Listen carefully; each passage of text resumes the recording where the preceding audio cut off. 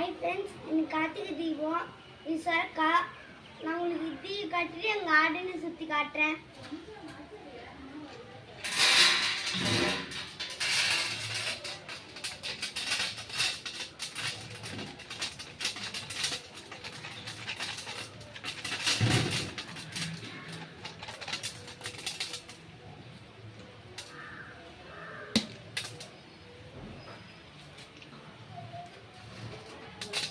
அருமையாக இருக்கு.